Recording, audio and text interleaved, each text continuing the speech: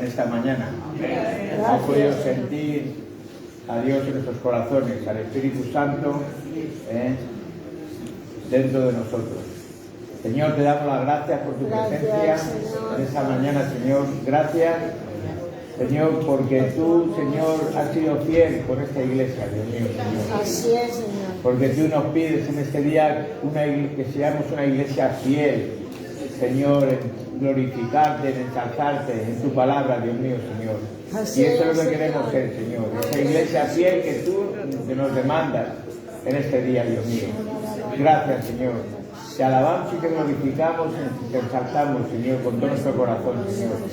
Y te doy gracias, Señor, en este día, Señor, porque tú eres lo mejor que nos ha podido ocurrir, Señor. Llévate tú toda la honra y toda la gloria de esta mañana, Señor. En el nombre de Jesús, amén. Amén. Cojan sus Biblias, mis hermanos.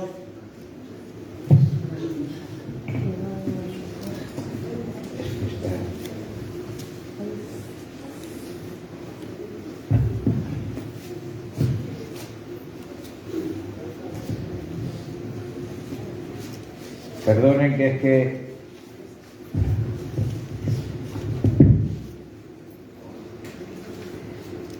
vamos a abrir nuestras Biblias.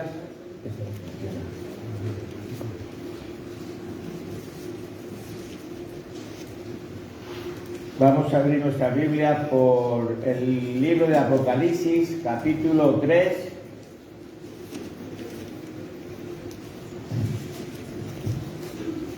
Apocalipsis capítulo 3 y vamos a leer de los versículos 7 al 12.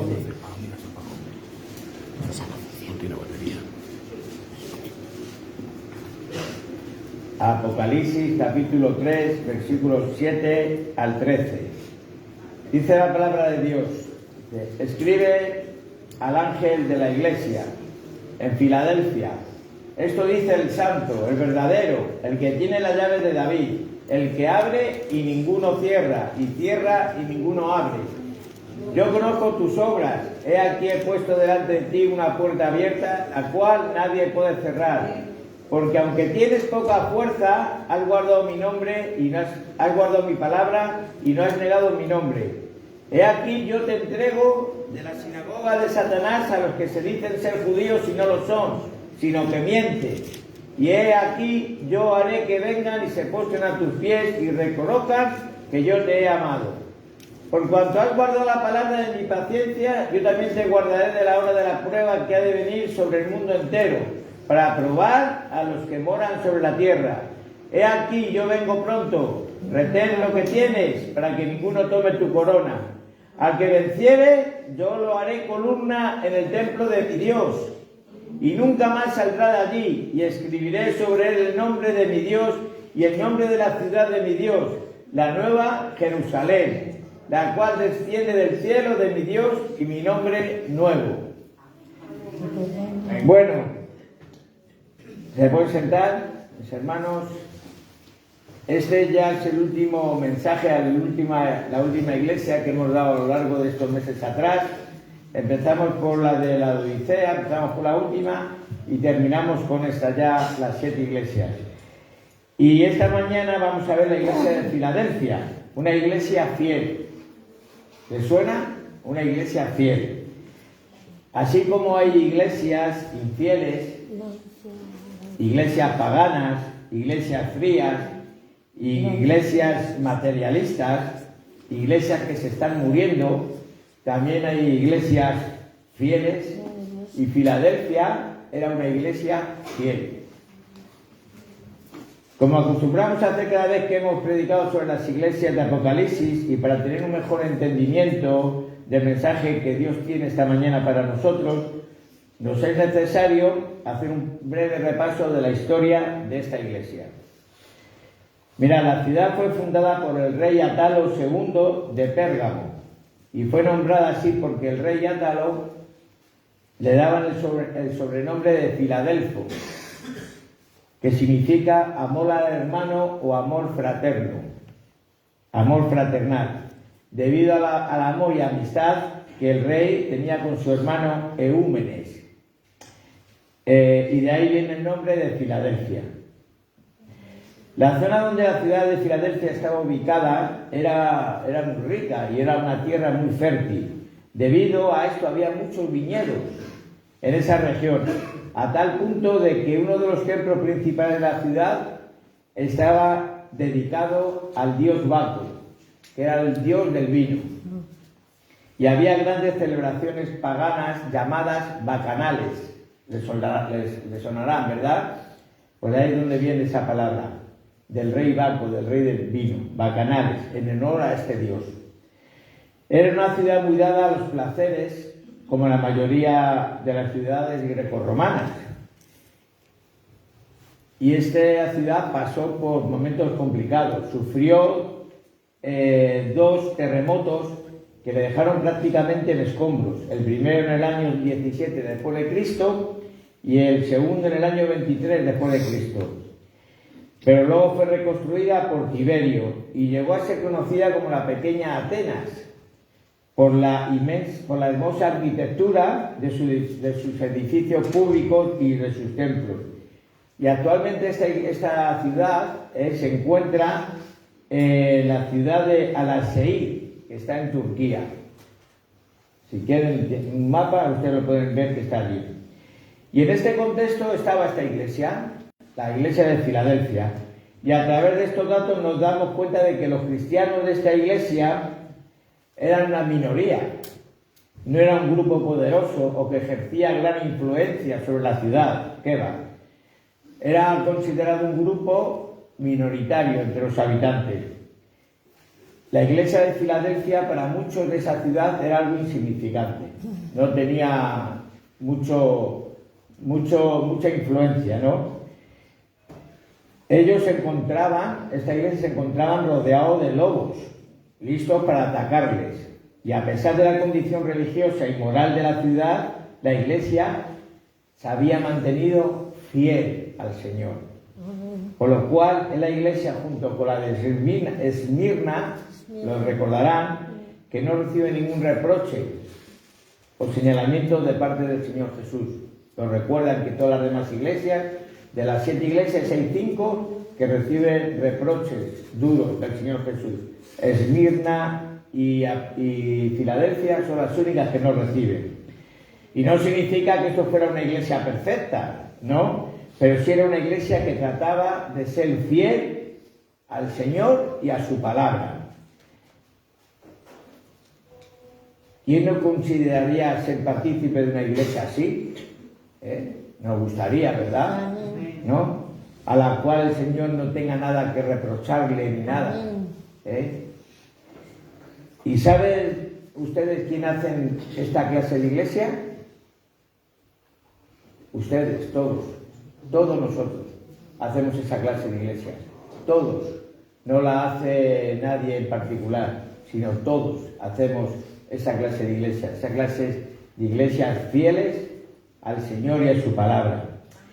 Y así comienza la historia de esta iglesia, como siempre, con el remitente de la carta. En el versículo 7, y el remitente, como siempre, dice que escribe al ángel de la iglesia en Filadelfia, y esto dice el remitente.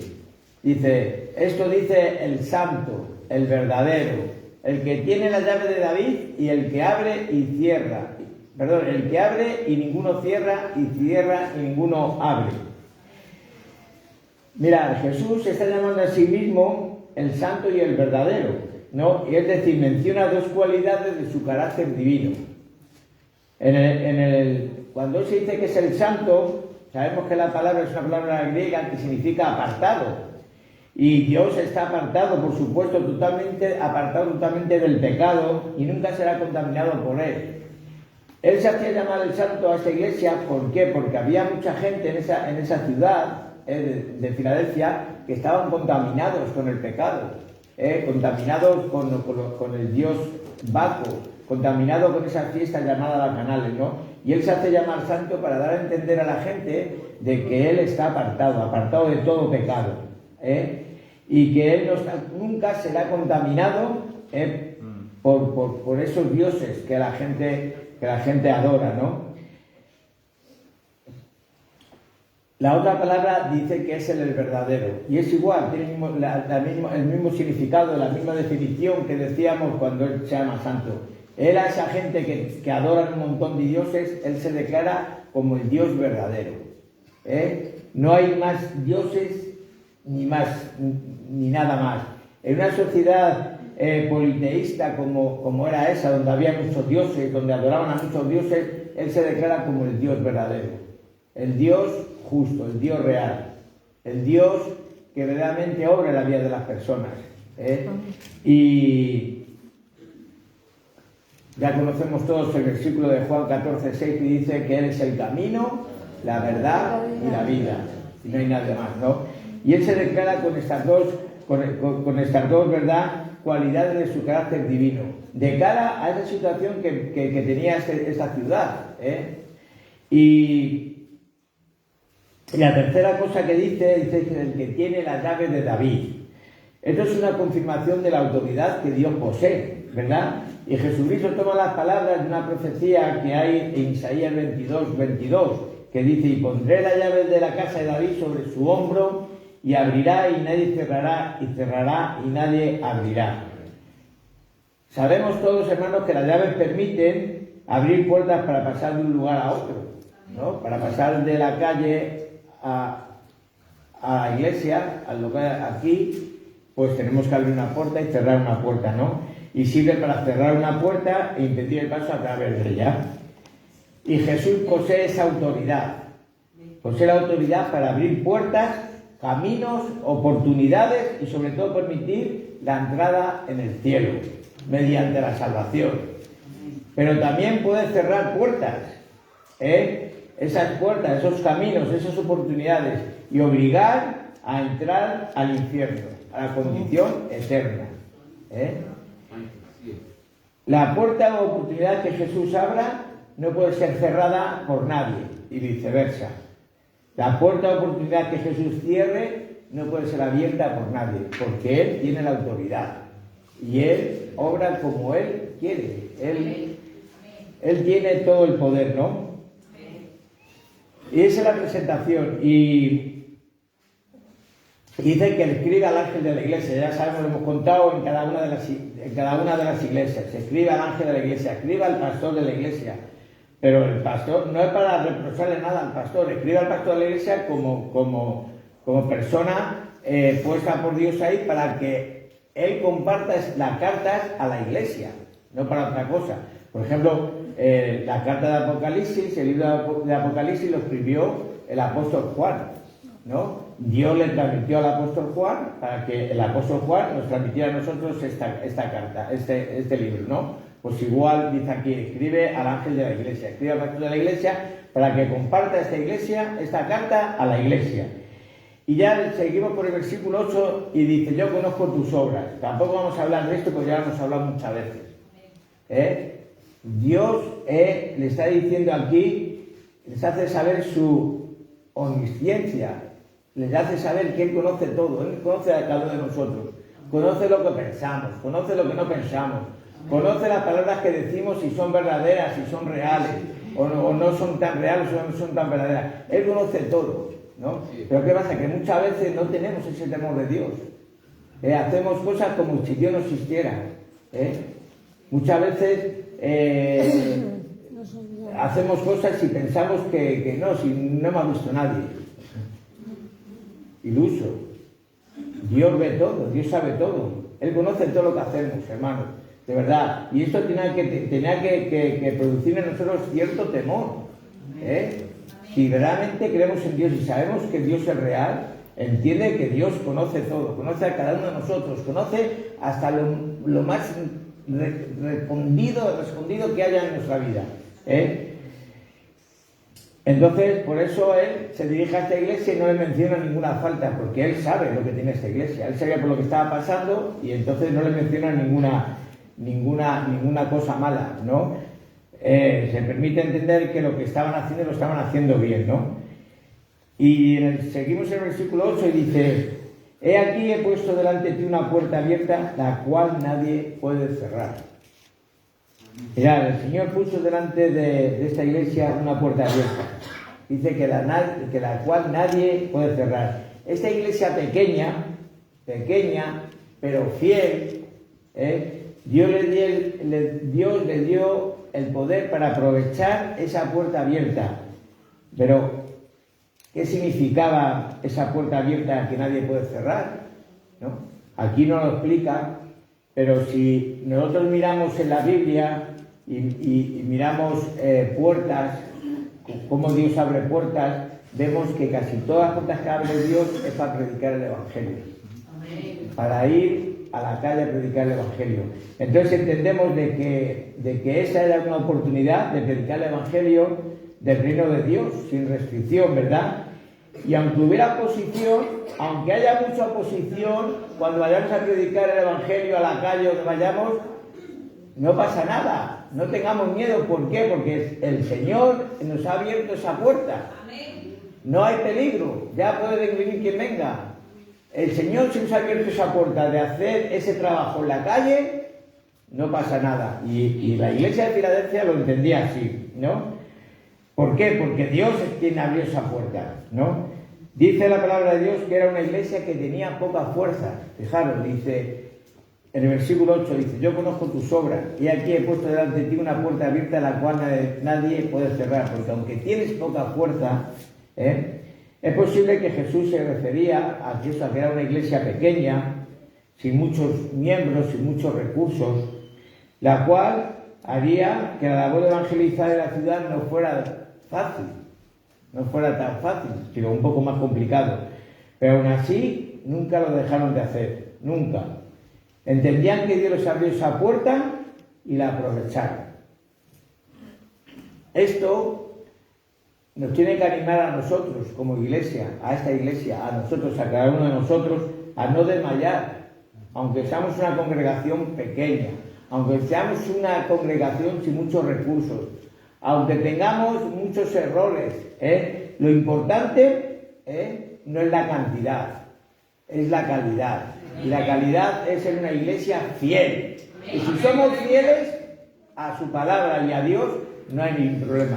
Seamos pocos, seamos menos, el Señor nos va a abrir esa puerta, nos va a bendecir. Tenemos que comprender eso, que cuando Dios abre puertas para el evangelismo, siempre habrá adversarios, siempre. Él no permite de que la gente se convierta, Él no va a permitir que nosotros vayamos a los parques donde hay gente que están bebiendo, donde hay gente que no conoce el evangelio, que le vayamos a hablar. Vamos a tener oposición, seguro, ¿no? Pablo, y los ejemplos que decía antes, Pablo se encontraba en Éfeso y decía que se iba a quedar allí hasta Pentecostés. ¿Por qué? Dice 1 Corintios 16, 9. Dice, porque se me ha abierto puerta grande y eficaz. Y termina diciendo, pero muchos son los adversarios. Muchos son los adversarios. Dios se quedó allí en Éfeso porque Dios le había abierto una puerta. Y dice que era una puerta grande y eficaz, que iba a dar resultados. Y aunque hubiera muchos adversarios, no pasaba nada. Él daba por eso, ¿verdad? Porque las puertas que Dios nos abre, nadie las va a poder cerrar. Nadie. Ni político, ni policía, ni nadie. Mirad, cuando Pablo y Bernabé regresaron a Antioquía, ellos atribuyeron su reciente éxito que tuvieron, misionero, a que Dios había abierto a los gentiles la puerta de la fe. Dice Hechos 14:27. Dice, cuando llegaron, reunieron a la iglesia y le contaron todo lo que Dios había hecho con ellos. Le contaron que Dios había abierto una puerta para que los no judíos, para los gentiles, también pudieran creer. Pablo le dijo a los corintios que se le había abierto una puerta para el servicio eficaz también en Troas. Según de Corintios 2:12. Dice, cuando fui a Troas a anunciar las buenas noticias acerca de Cristo, el Señor me abrió las puertas para trabajar allí. Estos son ejemplos de que Dios nos ha abierto una puerta para predicar el Evangelio, hermano. Y si Dios nos ha abierto esa puerta, tenemos que aprovecharla. Tenemos que aprovecharla. Y también dice que Jesús le pidió a los colosenses, Pablo le pidió a los colosenses que oraran para que Dios abriera una puerta para mayores oportunidades evangelísticas. Colosenses 4:3. Dice, orando también al mismo tiempo por nosotros, para que el Señor nos abra puerta para la palabra, a fin de dar a conocer el misterio de Cristo, por el cual también estoy preso. Por eso, cada vez que sale el equipo de evangelismo, ¿qué es lo primero que hacen antes de salir a la calle? Orar. ¿Para qué? Para que Dios abra esas puertas. Para que Dios guíe allí donde haya esa necesidad, ¿verdad? Ahora preguntémonos todos, ¿qué nos está hablando el Señor a nosotros con todo esto? ¿Ha abierto alguna puerta Él para nosotros? Mirad, la puerta más importante que Dios nos ha abierto son las puertas del reino de los cielos. Amén. Para que nosotros podamos entrar por ellas. Hermanos, porque no hemos negado su nombre, porque le hemos aceptado como Señor y Salvador de nuestra vida, Él nos ha abierto la puerta del reino de los cielos. Jesús es el único que las puede abrir y Jesús es el único que las puede cerrar. Por cuanto le somos fieles, cuando nos mantenemos firmes en la fe, la bendición no se detiene ahí solamente. No solamente nos abre esa puerta, esa sea la puerta más importante que Dios nos abre. Al igual que Dios abrió la puerta del reino de los cielos, Él también ha abierto puertas para nosotros aquí en la tierra. Y esa puerta, entre muchas otras, es el poder predicar en todo el barrio de Carabanchel el mensaje de la salvación. Amén, gloria al Señor. Pero el que haya abierto las puertas no es lo más significante, porque el Señor nos puede abrir muchas puertas en nuestra vida, pero lo más importante es si nosotros estamos dispuestos a cruzar esa puerta, porque nos puede abrir muchas puertas. Nos puede abrir la puerta de poder predicar en la iglesia, en las cárceles, en la calle, pero nosotros somos capaces de cruzar esa puerta. ¿O estamos tan preocupados y envueltos con las dificultades de esta vida que simplemente las ignoramos? Y muchas veces, desafortunadamente, pasa eso. Y ¿sabéis una cosa? ¿Sabéis por qué Dios le abrió esta puerta a la iglesia de Filadelfia? Primero, porque guardaron la palabra de Jesús, porque guardaron la palabra de Dios. Dice el versículo 8, dice, porque aunque tienes poca fuerza, aunque sois pocos, aunque hay muchos problemas, dice, habéis guardado mi palabra. Guardaron la palabra de Jesús. Esto quiere decir que la obedecieron. Guardar tiene el mismo significado que obedecer, ¿no? La obedecieron, la cuidaban y no permitieron que fuera contaminada con nada, con ninguna otra doctrina rara de esas que hay, ¿verdad? Mirad, en el libro de Josué, capítulo 1 y versículo 8, es algo que todos lo conocemos, ¿verdad? Moisés había muerto ya, le pasa el relevo a Josué, y Josué va a hacer el trabajo que Dios le había encomendado, y le abrió esa puerta, de poder ser el líder, de poder ser el capitán general del pueblo de Israel, al cual iban a llevarle a la tierra prometida. Y el Señor le dice algunas palabras que están relacionadas con lo que estamos hablando. Él le dice, esfuérzate y sé valiente, porque tú repartirás a este pueblo por heredad la tierra de los cuales juré su padre dará a ellos. Solamente esfuérzate y sé muy valiente, para cuidar de hacer conforme a toda la ley que mi siervo Moisés te mandó, a toda la palabra de Dios. Esfuérzate y sé valiente, y haz conforme a todo lo que la palabra de Dios dice. Dice, no se te apartará de ella ni a diestra ni a siniestra, para que sea prosperado en todas las cosas que enfrentas. Y dice el versículo 8, nunca se apartará de tu boca este libro de la ley, sino que de día y de noche meditarás en él para que guardes, para que obedezcas. Me he perdido. Y hagas conforme a todo lo que en él está escrito, porque entonces hará prosperar tu camino y todo te saldrá bien. Esos son los beneficios de obedecer la palabra de Dios. Porque, hermano, ¿de qué nos sirve leer la Biblia? Leemos la Biblia, meditamos en ella, pero ¿la obedecemos? Mediten ustedes en ello. ¿La obedecemos? ¿Obedecemos la palabra de Dios?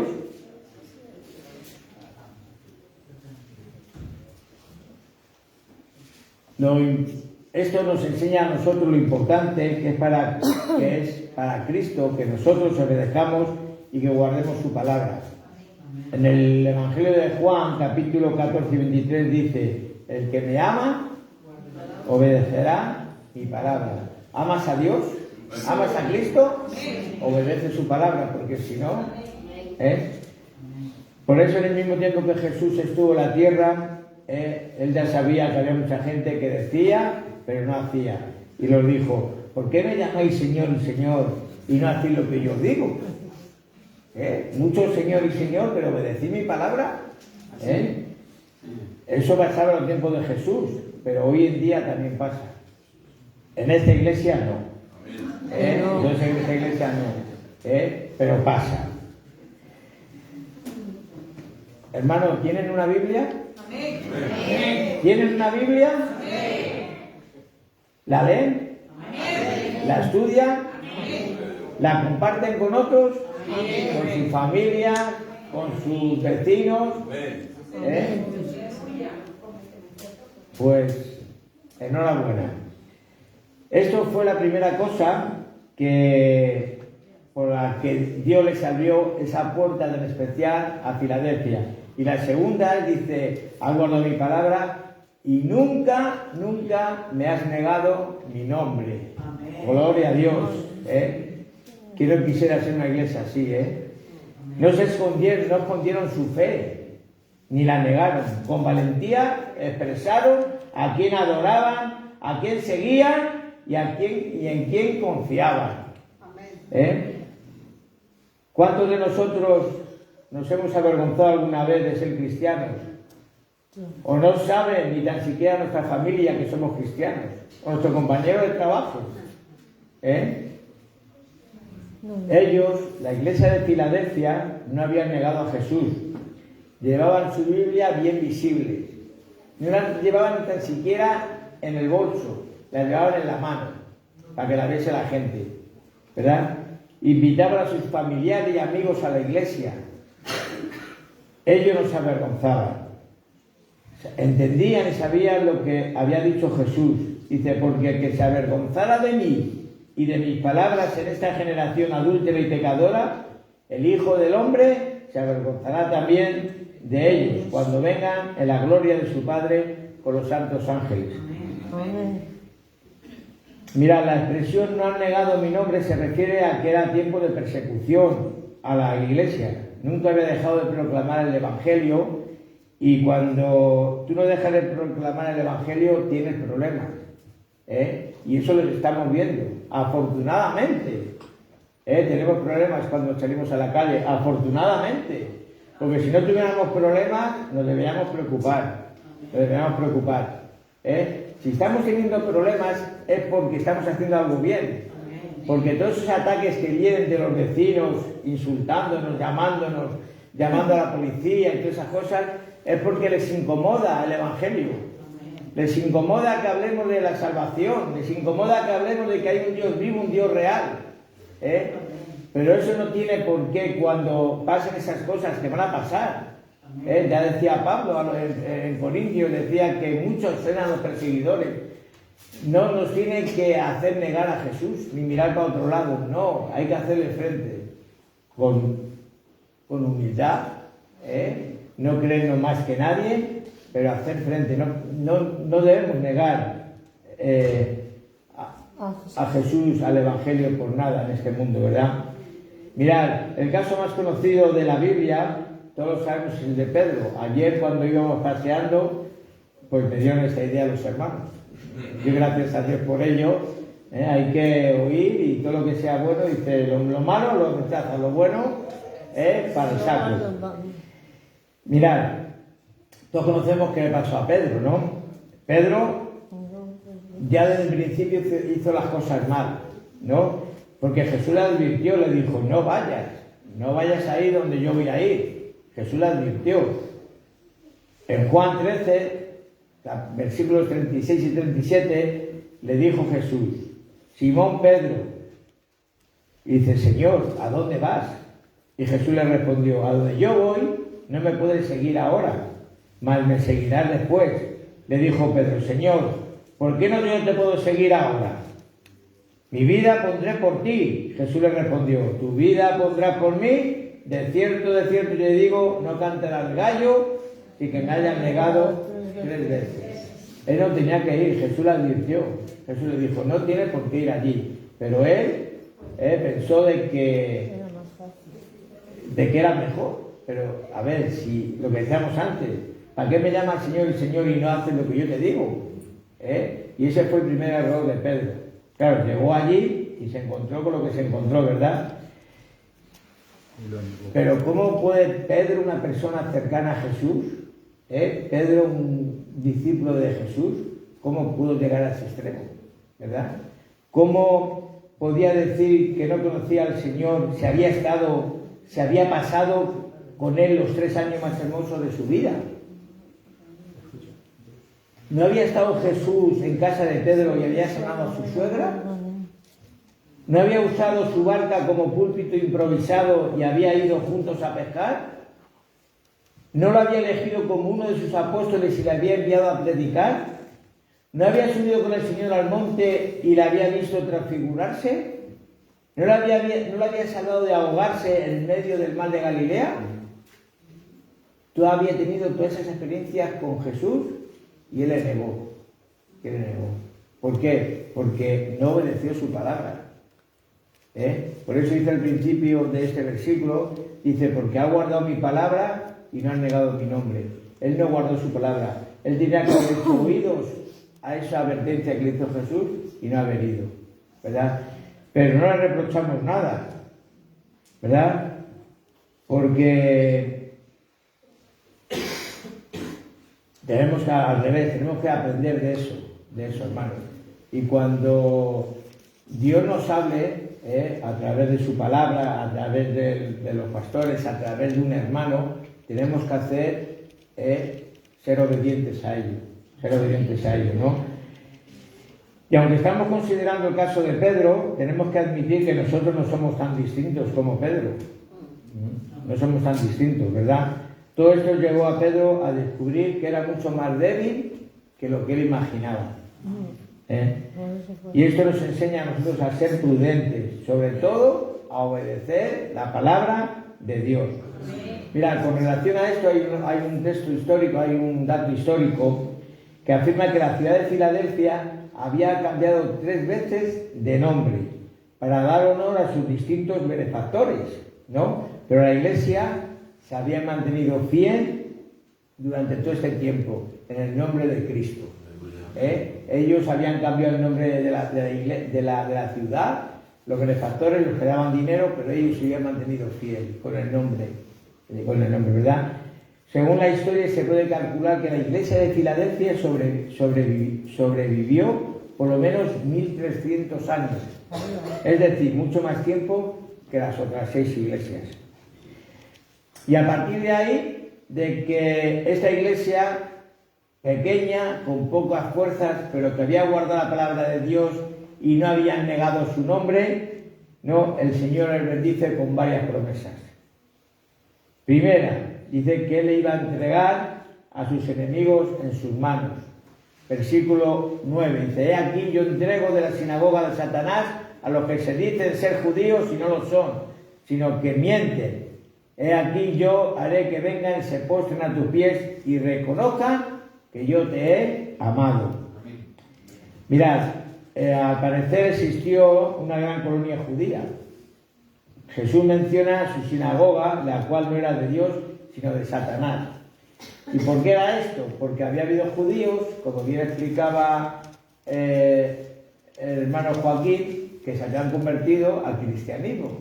Y entonces, ¿qué pasaba? Que los que no se habían convertido les perseguían, les insultaban, les hacían de todo, ¿no? Mirad, aparentemente este verso que hemos leído, pues si no te metes un poco más a fondo, parece que dice poco, ¿no? Pero es impresionante este versículo. Es de un ánimo especial. Es de eso de tirar para adelante, pase lo que pase, ¿verdad? De no rendirse. Fijaos lo que está diciendo.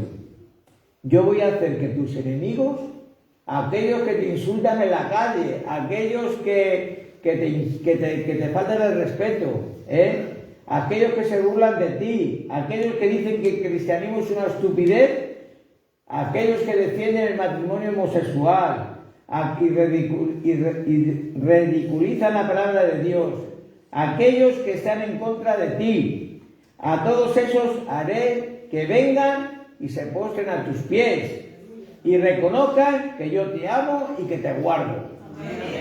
¿Es de ánimo o no es de ánimo? Y entendamos que cuando hablan de postrarse a sus pies, no es que vengan y vayan a postrarse a nuestros pies. No quiere decir eso. Es una forma de que ellos van a reconocer de que Dios nos ama. No está hablando de algo de... ¿no? Públicamente, fijaros el término, que públicamente el Señor va a reconocernos delante de nuestros enemigos, delante de todos esos que nos insultan, delante de todos esos que dicen que esto es un rollo patatero. Dios nos va a reconocer. Va a decir públicamente: yo amo a Cristina, yo amo a Antonio, yo amo a Juan, yo amo... así públicamente, delante de nuestros enemigos, ¿no? Y ese día va a llegar, amigos, ese día va a llegar, y estoy seguro de que más pronto que tarde, ¿verdad? Más pronto que tarde.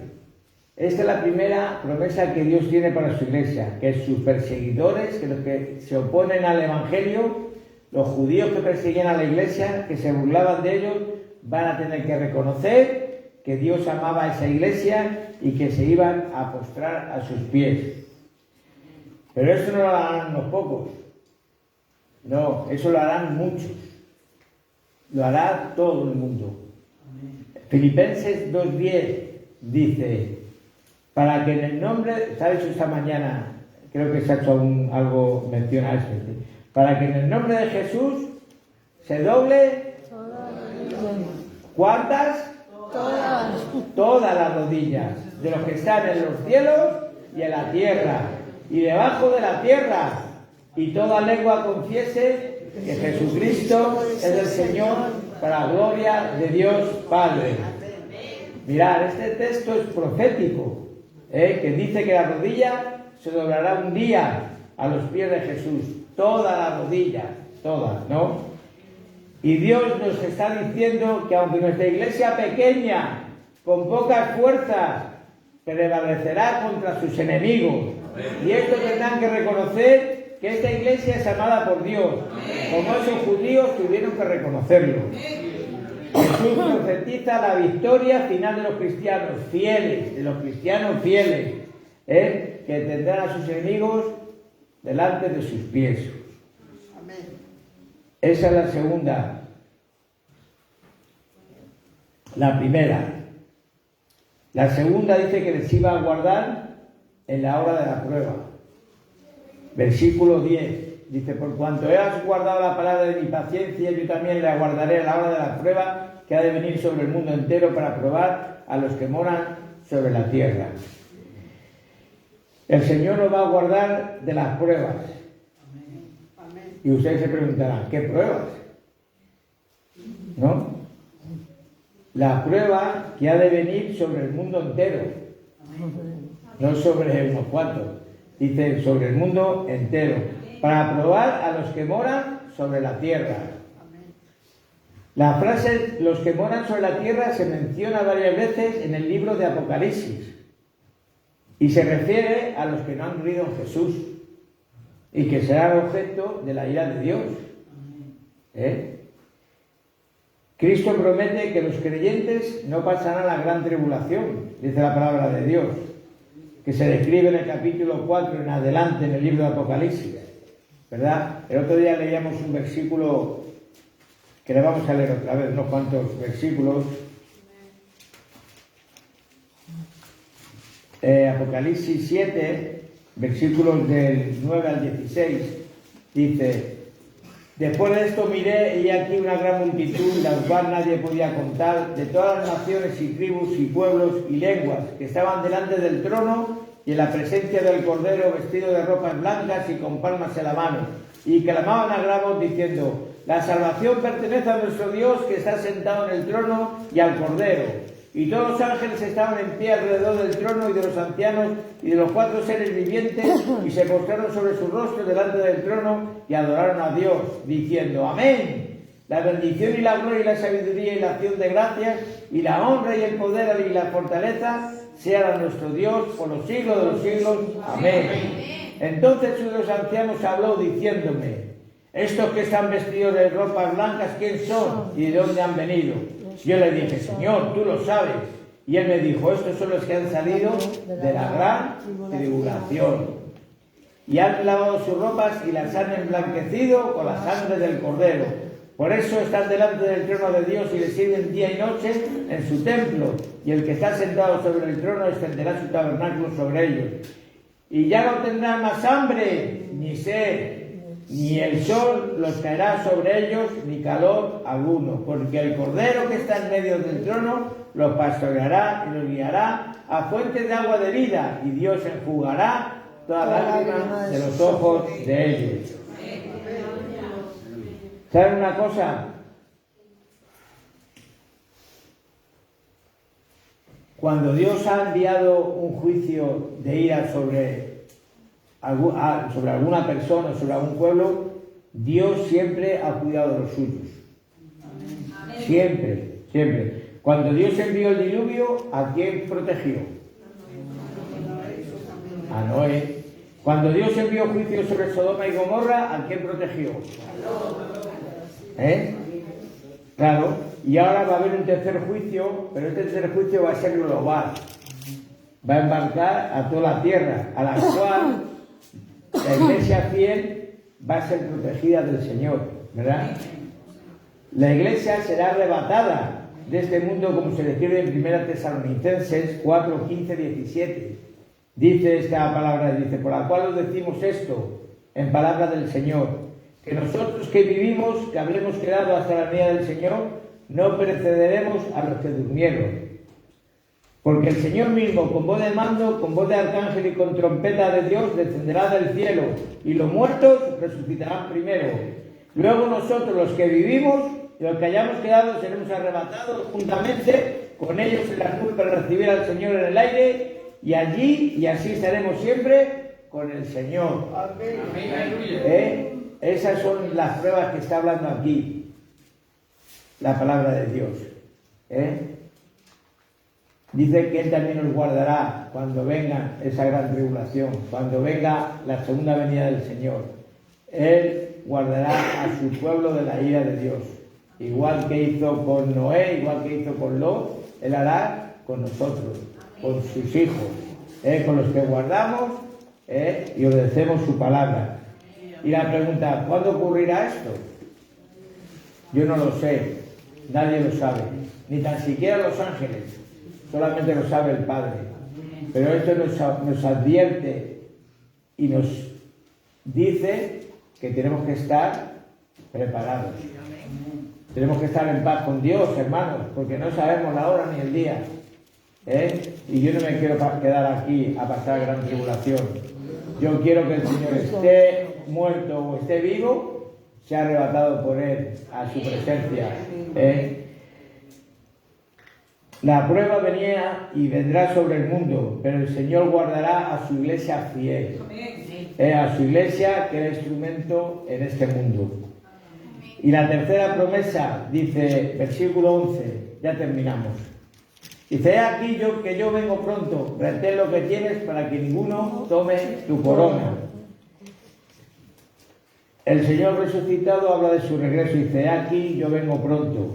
Su propósito es animar a su pueblo para que esté preparado para el encuentro con Él. Pero puede ser que el Señor no se refiera aquí a su segunda venida. He estado leyendo un poco y no parece que no se refiere a su segunda venida, sino a una intervención personal anticipada sobre esta iglesia. ¿Por qué pasa esto? Porque así había pasado en otras ocasiones con otras iglesias que hemos compartido antes, ¿no? Por ejemplo, a la iglesia de Éfeso le dice que le quitará el candelero. El candelero era la iglesia. Entonces, él le dice que le iba a quitar la iglesia a Éfeso, ¿no? A Pérgamo le dice que pelearía contra ellos. Apocalipsis 2:16. Y a la iglesia de Sardis le dijo que vendría sobre ellos como ladrón en la noche. O sea, que no es tanto su segunda venida, sino a una intervención personal anticipada para hablarles a esa iglesia, ¿no? En esos tres casos, la venida del Señor sobre su iglesia sería con el propósito de juzgarla. Pero en el caso de la iglesia de Filadelfia ocurre lo contrario. Su venida sería para protegerles en la hora de la prueba. Para ello, para protegerles en la hora de la prueba, tendrían que hacer dos cosas. Primero, retener lo que tienes. ¿Qué es lo que tienes? A ver, cuando habla de retener algo, es porque algo se te ha dado, ¿o no? ¿Qué te ha dado a ti el Señor? Quizás te ha dado una familia, quizás un esposo, una esposa, un ministerio, quizás Dios te ha bendecido con un don o la oportunidad de aprender a vivir de una manera diferente, ¿no? El Señor te dice, retén eso que Dios te ha dado, reténlo, guárdalo, consérvalo, lo que Dios te ha dado, persevera lo que estás haciendo, porque lo estás haciendo bien, y lo tienes que retener, y lo tienes que guardar, y lo tienes que proteger a tu familia, a tus hijos, tu ministerio, todas esas cosas. ¿Por qué? Porque dice la palabra de Dios, para que ninguno te quite la corona. La advertencia es clara aquí. Se puede perder la corona de vida. Y esa se está refiriendo a la recompensa que tendremos a los que perseveremos hasta el final. Pero nos advierte que tenemos que retener lo que hemos aprendido. ¿Para qué? Para no perder la salvación. Se puede perder la vida eterna, la cual, según esto, hay muchas iglesias, muchas doctrinas que dicen que la salvación no se puede perder, que la salvación no se pierde, ¿no? Y aquí nos está diciendo la palabra de Dios lo contrario. Dice, retén lo que tienes para que no te quiten la corona de la vida, para que no pierdas la salvación, ¿no? Esa advertencia es similar a la que leemos en otras partes de la Biblia, muchas, ¿verdad? No vamos a entrar en ello. La corona que está hablando aquí es el premio, es la bendición espiritual que Dios dará a aquellos que perseveren hasta el final. En todos los mensajes podemos encontrar esta palabra, hermanos. Vencer es el mandato de permanecer firme hasta el final. Quien retrocede o se aparta no cumple con este mandato y tampoco recibirá la corona. Y por último, una promesa para los que vencieren. ¿Quién quiere ser aquí vencedor? Amén. Esto es algo que a mí me ha hecho muy feliz, porque eso tiene que ver con algo que yo sentí en este último retiro y que ya lo he compartido. Pero fijaros cómo son las cosas de Dios, qué casualidades tiene Dios, ¿no? Que justamente espera este mensaje para ahora y después de aquello que Dios me habló, que puso en mi corazón. Dice el versículo 12, al que venciere, yo lo haré columna en el templo de mi Dios, y nunca más saldrá de allí, y escribiré sobre él el nombre de mi Dios, y el nombre de la ciudad de mi Dios, la nueva Jerusalén, la cual desciende del cielo de mi Dios, y mi nombre nuevo.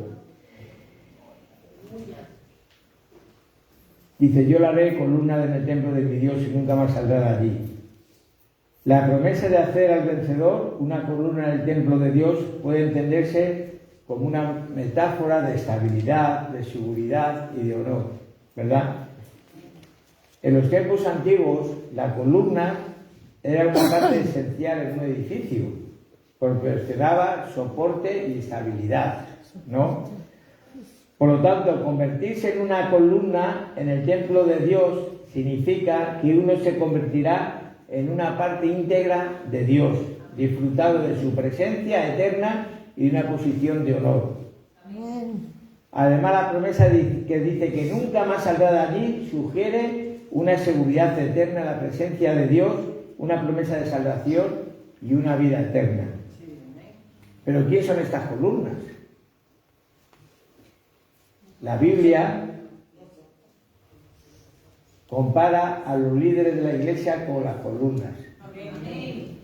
Gálatas 2:9 dice, y reconociendo la gracia que me había sido dada, Jacobo, Cefas y Juan, que eran considerados como columnas. ¿Cuántas columnas hay aquí en esta mañana? Amén. Amén. Pues ahora les voy a decir cuál es el propósito de estas columnas. ¿Cómo tienen que ser estas columnas? A todos los que han dicho amén, tomen nota. Primero, tienen que sostener la carga. Una columna sostenía la carga, ¿verdad? ¿Qué carga? Pues las cargas de los pastores. Recordad la historia de Aarón y Hur, que sostenían las manos de Moisés, porque cuando bajaban dicen que perdían la guerra, pero cuando alzaban las manos prevalecían, ¿no? Nosotros, las columnas, tenemos que sostener esa carga, la carga de los pastores. ¿Por qué? Porque ellos llevan demasiada carga y todos lo sabemos y oramos por ellos, pero también tenemos que sostener esa carga, pero hacerlo visiblemente. Pero no solamente la de los pastores, también la de los hermanos. Cuando vemos a un hermano caído, un hermano decaído, con problemas, en vez de criticarle, en vez de tirarle más barro, sostenerle, ayudarle, tenderle una mano. Esa es la primera cosa, sostener la carga. La segunda dice que las columnas también estaban para unir las paredes. Esa columna une aquella pared con esta, ¿verdad? Y esto habla de tener unión los unos con los otros, de estar unidos, de amarse, de quererse, de ayudarse, no de criticarse. También fortalecían el edificio. Fortalecer significa soportar los problemas, dar fuerza material y espiritual a los demás. Esas columnas, dar fuerza y estabilidad a los demás. Dar estabilidad también al edificio. Nos habla de firmeza, de seguridad, de solidez, ¿no? Y también sirve para contener, ¿no? Para reprimir, para moderar, no ser contenciosos, sino moderar, ser moderadores. Para ello necesitamos todo esto, sostener las cargas, unir las paredes, fortalecer, dar estabilidad y contener. No sería bueno si no tuviéramos una buena base, si hubiera una buena base. Si no tenemos una buena base, de nada nos va a servir, de nada va a servir. Para ello necesitamos esa base fuerte, sólida, que no puede ser otro que Jesucristo. Amén. Mateo 7:24 y 25 dice: cualquiera pues que oyere estas palabras y las hace, le compararé a un hombre prudente que edificó su casa sobre la roca, sobre Cristo. Todo eso hay que edificarse sobre Cristo, ¿no? Y fijaros, es muy curioso esto de las columnas, muy curioso. ¿Sabéis cuando atacaban un templo? ¿Sabéis lo primero que derrumbaban, lo primero que tiraban? Las columnas. Las columnas. ¿Por qué? Porque era que sostenían el templo. ¿Quién sostiene a esta iglesia? ¿Dónde están las columnas de antes? Ya no estáis dispuestos a sostener las cargas, pues también cuando habla de derrumbar esas columnas hablan de los mayores problemas. ¿Por qué tenemos muchas veces tantos problemas? Porque viene a derrumbar las columnas de la iglesia. ¿Por qué? Porque cuando derrumben esas columnas, derrumban la iglesia. Por eso, si Dios ha puesto como columna de esta iglesia, hermanos, es ser fuerte. Ser fuerte y no te rindas. Dice que el que escribiré sobre el nombre de mi Dios y el nombre de la ciudad de mi Dios, la nueva Jerusalén y mi nombre nuevo. Eso se puede interpretar como una señal de pertenencia y ciudadanía en el reino de Dios, que pertenecemos a Dios, ¿verdad? En la antigüedad los nombres eran muy significativos y a menudo representaban la identidad y el carácter de una persona. Por lo tanto, tener el nombre de Dios y de la nueva Jerusalén escrito sobre uno puede simbolizar una identidad transformada y una pertenencia al reino de los cielos, ¿no? Finalmente, el nombre nuevo. Dice que Jesús promete escribir al vencedor, puede referirse a una nueva identidad que recibiremos los creyentes de Cristo. Una identidad que reflejará nuestra transformación y nuestra relación con Cristo. En resumen, Apocalipsis 3:12 es una promesa de Jesucristo a aquellos que permanecen fieles a Él, ofreciéndole seguridad, honor y pertenencia, y una nueva identidad a su reino eterno. Amén. Y ahora ya para terminar digo, ¿quién tiene oídos aquí? Amén. Todos tenemos. Pues oigan lo que el Espíritu les dice en esta mañana.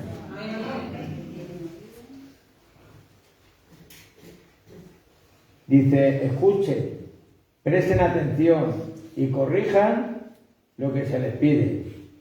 Obedezcan al mandato de Jesús, porque aunque es un mensaje que va dirigido a la iglesia de Filadelfia, es un mensaje para todas las iglesias y para esta iglesia, para esta. Dice, el que tiene oídos oiga lo que el Espíritu dice a la iglesia. Entonces escuchen, han escuchado, presten atención y corrijan si hay alguna cosa, porque es lo que se intenta. No se intenta reprochar a nadie ni sacar los colores a nadie. Se intenta de hacer lo que dice la palabra de Dios. Si no lo estamos haciendo, pues hacerlo. Todos los mensajes tienen el propósito de animar y fortalecer a los que están obrando bien y retener lo que tienen, seguir haciendo lo que es reconocido como bueno, reprender y corregir a aquellos que están obrando mal, y a las iglesias que se han descuidado y han quedado en el error del pecado y la tolerancia del pecado. Mira, la iglesia en Filadelfia no recibió ninguna represión. Estaban bien ante su Señor y Salvador. Solo era necesario que perseveraran, que estuvieran, que recibieran lo que tenían, lo que estaban haciendo bien.